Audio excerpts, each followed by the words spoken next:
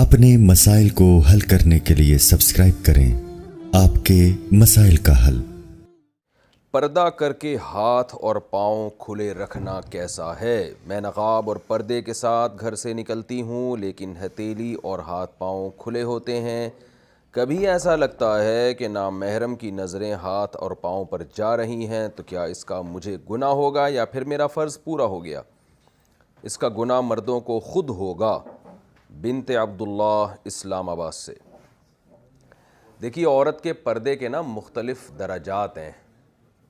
سب سے اعلیٰ درجہ پردے کا یہ ہے جس کو شریعت سب سے زیادہ پسند کرتی ہے۔ وہ درجہ یہ ہے کہ عورت کا سر کے بال سے لے کے پاؤں کے ناخن تک جسم مکمل ڈھکا ہوا ہو۔ سب سے بہتر پردہ یہ ہے، اور یہ بالکل بے غبار صورت ہے،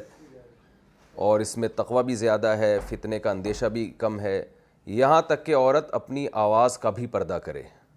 اور بلا ضرورت شدیدہ، جب تک کوئی شرعی ضرورت نہ ہو، اس کی آواز بھی غیر مرد کے کان میں نہ پڑے۔ اگر ایسا اس کے لیے ممکن ہے تو سب سے افضل صورت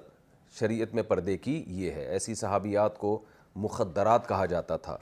جن کے گویا لباس پہ بھی کسی کی نظر نہیں پڑتی تھی، گھر کے اندر رہتی تھیں اور گھر سے باہر کبھی نکلنا ہوتا تو یہ حالت ہوتی تھی ان کی۔ لیکن یہ ہر ایک کے حق میں لازم نہیں ہے۔ دوسرے درجے کا پردہ یہ ہے کہ عورت پورا جسم چھپائے لیکن اس کے ہاتھ پاؤں کھلے ہوئے ہوں اور آنکھیں کھلی ہوئی ہوں، جیسے کہ نارمل خواتین پردہ کرتی ہیں، آنکھیں کھلی ہوئی ہوتی ہیں۔ یعنی پہلی صورت میں جب پوری باڈی کو چھپایا جائے گا تو اس میں آنکھوں پہ بھی پردہ ڈالا جائے گا، لیکن ایسا ہلکا لباس آنکھوں پہ نقاب ہوگا کہ نظر آ رہا ہوگا۔ جیسے خواتین گھوم رہی ہوتی ہیں، وہ برقعے کا نقاب آگے کیا ہوا ہوتا ہے تو ان کو اس کپڑے کے اندر سے نظر آ رہا ہوتا ہے، تو وہ باریک پردہ ہوتا ہے آنکھوں پہ۔ باقی جسم پہ تو موٹا پردہ ہوتا ہے، لیکن آنکھوں پہ باریک پردہ ہوتا ہے، جس کی وجہ سے ان کو نظر آتا ہے۔ لیکن دوسرا درجہ یہ ہے کہ آنکھیں کھلی ہوئی ہوں، ہاتھ اور پاؤں کھلے ہوئے ہوں،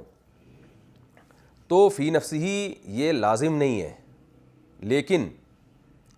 کسی بھی جوان لڑکی کو اگر فتنے کا اندیشہ ہے تو اس پر لازم ہے کہ وہ اس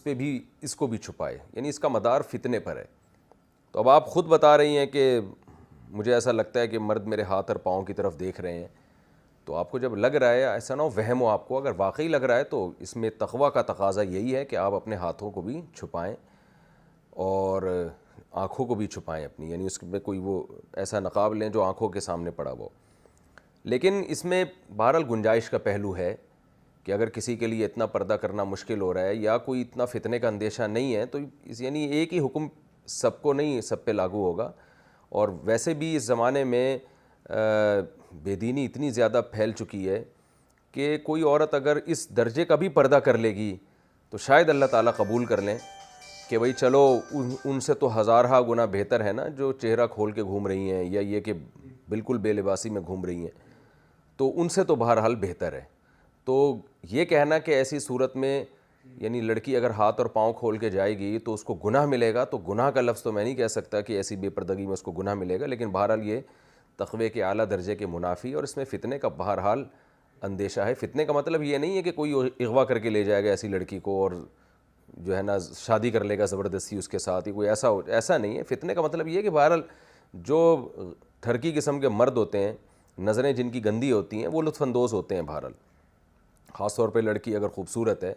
تو وہ پھر آنکھوں سے اور ہاتھ سے اور ان چیزوں سے بھی لطف اندوز ہوتے ہیں، تو تقوی کے بہرحال خلاف ہے یہ۔ تیسرا درجہ یہ ہے کہ چہرہ بھی کھول لیا جائے اور دونوں ہاتھ بھی اور پاؤں بھی کھول لیے جائیں، تو یہ بھی ایک پردے کا ایک یعنی بعض فقہا کے نزدیک یہ بھی جائز ہے۔ تو چہرے میں چونکہ فتنے کا اندیشہ بہت زیادہ ہے، اس لیے فتویٰ تو اسی پر دیا جاتا ہے کہ جوان عورت کے لیے چہرہ چھپانا بہرحال واجب ہے۔ تو فتویٰ اسی پر ہے، جتنے بھی آپ دارالافتاء ہیں، مفتیان کرام ہیں، ان سے اگر آپ فتویٰ لیں گے تو سب یہی فتویٰ دیں گے کہ جوان عورت، بوڑھی عورت مستثنیٰ ہے، جوان لڑکی کے لیے اس زمانے میں چہرہ چھپانا فرض ہے۔ لیکن چونکہ قدیم فقہا میں بہت سے اس کے قائل رہے ہیں کہ عورت پر چہرہ چھپانا واجب نہیں ہے، تو اس لیے ہم یہ بہرحال کہتے ہیں کہ کوئی لبرل خاتون جو بالکل ہی ماڈرن ہو اور اسکرٹ پہنتی ہوں اور بالکل پردہ نہ کرتی ہوں، تو ان کو اسٹیپ بائی اسٹیپ پردے کی طرف لانے کے لیے کم از کم اگر وہ اتنا ہی کر لیں کہ چلیں جس چیز پر اتفاق ہے، جس پردے پر، وہ والا پردہ کر لیں،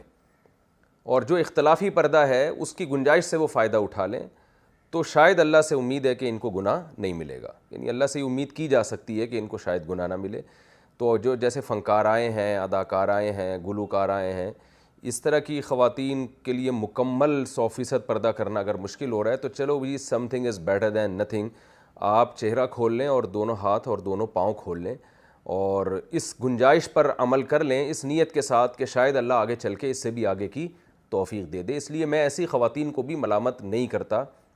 جو کم از کم اس درجے میں پردہ کر لیں زمانے کے حالات کو دیکھتے ہوئے۔ اور یہ ہے بھی اختلافی، کیونکہ بعض فقہا اس کے قائل ہیں کہ چہرے کا پردہ شرعاً واجب نہیں ہے، اگرچہ اس زمانے میں جو فقہا اس کے قائل ہیں انہی کے ماننے والے اس زمانے میں اس کے بھی قائل ہیں کہ فتنے کا اندیشہ ہے تو جوان عورت بہرحال پردہ کرے، لیکن گنجائش اختلاف کی وجہ سے کچھ تخفیف پیدا ہو جاتی ہے، تو فتویٰ تو اسی پر دیا جائے گا کہ جوان عورت بہرحال چہرہ چھپائے۔ لیکن اگر کوئی گنجائش سے فائدہ اٹھائے اور اس کے بارے میں یہ ڈر ہو کہ بھئی اگر اس کو زیادہ کا ہم نے مکلف بنایا تو یہ اس سے بھی جائے گی، یعنی آپ ایسا کریں نا کہ اس کو آپ مکمل پابند کریں کہ جب تک سر کے بال سے لے کے پاؤں کے ناخن تک پردہ ہوگا نہیں تو اللہ قبول ہی نہیں کرے گا، تو ایسی صورت میں اس کا خطرہ ہوتا ہے وہ کہے پھر میں کر ہی نہیں رہی، بھائی مجھ سے نہیں ہوتا۔ تو ایسی گنجائش دی جا سکتی ہے ایسی خواتین کو کہ بھئی ٹھیک ہے آپ باقی جسم کو چھپا لیں، چہرہ اور دونوں ہاتھ کھول لیں، یہ گنجائش کی بات ہے، اصل فتویٰ یہ نہیں ہے۔ اور اس سے آگے کا جو معاملہ ہے وہ بالکل حرام ہے، سب فقہا کے نزدیک ناجائز ہے۔ مثال کے طور پر سر کے بال کھلے رکھنا عورت کے لیے، اور یا بلا ضرورت شدیدہ اپنی کلائیوں کو کھولنا۔ ضرورت شدیدہ کا مطلب جوائنٹ فیملی میں اگر رہتے ہیں اور کبھی خاتون کے برتن دھوتے ہوئے کلائی کھل جاتی ہے وہ تو ایک الگ بات ہے، اس میں بعض فقہا گنجائش، لیکن نارمل حالت میں عورت کے لیے کلائی کھولنا، پنڈلی کھولنا، مردوں کے سامنے سر کے بال کھولنا، یہ تمام فقہا کے نزدیک حرام ہے، ناجائز ہے۔ قرآن و سنت میں اس کی گنجائش کی ہمیں کوئی بھی صورت نہیں ملتی۔ تو اس لیے سب سے اعلیٰ درجے کا پردہ کیا ہے کہ عورت کا پورا جسم مکمل چھپا رہے، اور حتیٰ کہ وہ بلا ضرورت شدیدہ اپنی آواز بھی کسی کو نہ سنائے۔ دوسرے درجے کا پردہ یہ ہے کہ آنکھیں اور ہاتھ کھلے رہیں، اس کی بھی گنجائش ہے، تو اللہ سے امید ہے کہ انشاءاللہ اس صورت میں بھی گناہ نہیں ہوگا، لیکن اگر واضح فتنہ ہو رہا ہے پھر تو بہرحال یہاں بھی حکم دیا جائے گا۔ تیسرا درجہ یہ ہے کہ چہرہ اور دونوں ہاتھ اور دونوں پاؤں کھلے رہیں، باقی جسم چھپا رہے۔ یہ ان عورتوں کے لیے جو یعنی یہ some thing is better than nothing کے اصول پر اگر آپ عمل کریں تو یہ ان لوگوں کے لیے، ان خواتین کے لیے۔ اور اس سے نیچے کا جو بے پردگی ہے کہ سر کے بال کھلے ہوئے ہیں، گردن کھلی ہوئی ہے، کلائیاں کھلی ہوئی ہیں، پنڈلیاں کھلی ہوئی ہیں، یہ بالکل حرام ہے، اس کی اسلام میں کوئی گنجائش نہیں ہے۔ اسی طرح یہ خوب سمجھ لیں کہ لباس تو پہنا ہوا ہے لیکن وہ اتنا چست ہے یا اتنا باریک ہے، اتنا چست ہے کہ اس سے جسم کے اعضاء نمایاں ہوتے ہیں، یا اتنا باریک کپڑا عورت نے پہنا ہوا ہے کہ ڈریس تو مکمل ہے لیکن اتنا باریک ہے کہ اس میں اسکن نظر آتی ہے، تو ایسی عورتوں پہ بھی رسول اللہ صلی اللہ علیہ وسلم نے لعنت کی اور کاسیات عاریات قرار دیے ان کو، کہ لباس پہننے کے باوجود برہنہ ہے۔ تو عورت پر لازم ہے کہ وہ اتنی زیادہ فٹنگ کے کپڑے جس سے اس کی